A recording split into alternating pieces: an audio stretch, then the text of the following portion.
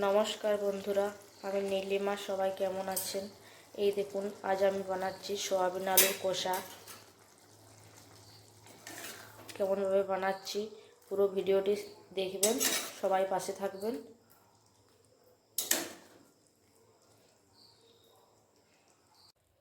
রান্নাটা করার জন্য সয়াবিন আধ ঘন্টা আগে থেকে ভিজিয়ে রেখেছিলাম। এরপর ভালোভাবে ছেঁকে তুলে নেব। সয়াবিন ছেঁকে তুলে নিয়েছি, আলুও কেটে রেখেছি একটা। গ্যাস জ্বালিয়ে কড়াই বসিয়ে দিয়েছি। কড়াই গরম হয়ে গেছে, দিয়ে দেবো কম করে তেল।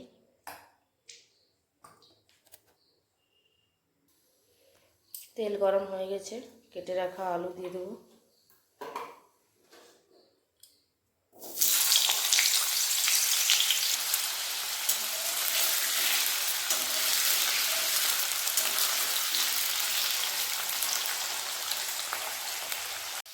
এই দেখুন, আলুগুলো হালকা হালকা ভাজা হয়ে গেছে। এতে দিয়ে দেবো লবণ,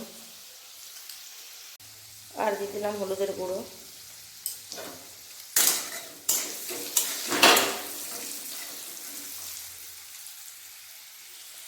এর মধ্যে দিয়ে দেবো সয়াবিন। ভেজে নেব আলু সয়াবিন।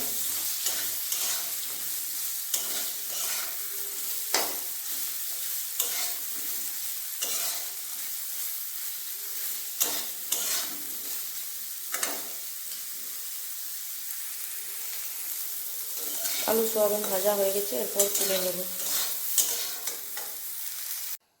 এই দেখুন, কড়াইয়ে আবার তেল দিয়ে দিয়েছি। দিয়ে দিলাম গোটা জিরে, দুটো তেজপাতা, আর দিয়ে দেবো দুটো কাঁচা লঙ্কা। দিয়ে দেবো বেটে রাখা পেঁয়াজ।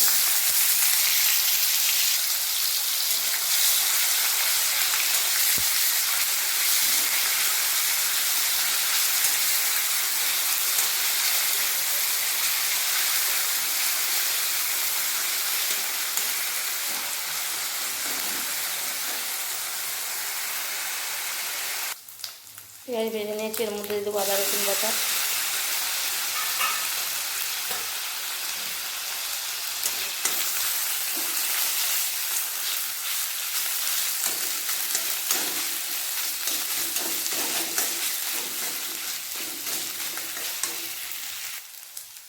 এরপর দিয়ে দেবো টমেটো কুচি।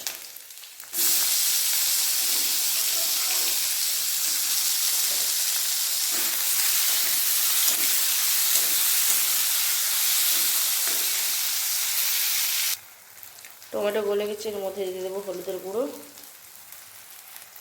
ধনে গুঁড়ো, আর দেবো জিরে গুঁড়ো। জল দিয়ে ভালোভাবে মশলা কষিয়ে নিয়েছি। এরপর এতে দিয়ে দেবো সয়াবিন আলু ভাজা।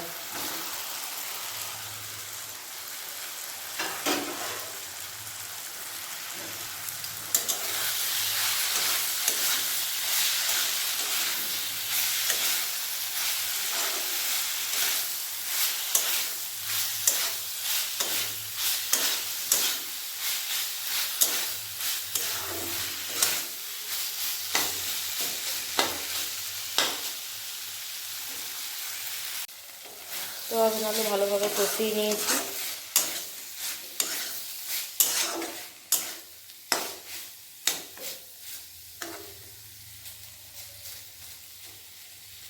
এবার আলু ভালোভাবে সিদ্ধও হয়ে গেছে।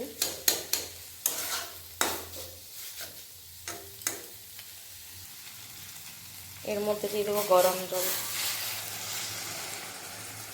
বেশি জল দেবো না, কারণ ওটা তো সিদ্ধ হয়ে গেছে।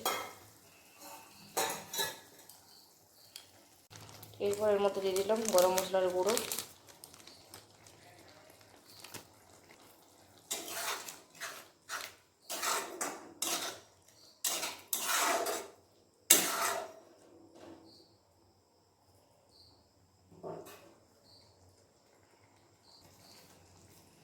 এরপর থালা ঢাকা দিয়ে রেখে দেবো, গ্যাসটা অফ করে দেবো।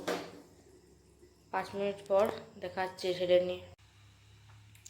এই দেখুন বন্ধুরা, সয়াবিন আলুর কষা একটা বাটির মধ্যে ঢেলে নিয়েছি। কেমন হয়েছে সবাই কমেন্টের মাধ্যমে জানাবেন, এবং আমার রান্নাটা যদি ভালো লেগে থাকে তাহলে লাইক সাবস্ক্রাইব করতে ভুলবেন না। সবাই পাশে থাকবেন। বাই বন্ধুরা।